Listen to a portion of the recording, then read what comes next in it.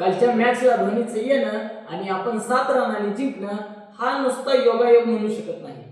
भारताने 7 रन राखून जिंकणं, 7च विकेट जाणं आणि संजू सॅमसनने 7 सिक्स मारणं, इंग्लंडच्या सुद्धा 7च विकेट जाणं आणि जेटॉप बेगलने सुद्धा 7च सिक्स मारणं हा सगळं योगायोगाने घडलं नाही, तर धोनी आल्यामुळे झाले असं बऱ्याच फॅनचं म्हणणं आहे.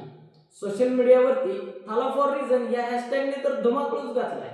मॅच कोणतीही असो, 7 रनांचा आकडा जिथे कुठे असेल तिथे धोनीचे फॅन्स कनेक्शन जोडतच असतात. कालच्या मॅच मध्ये तेच झालं.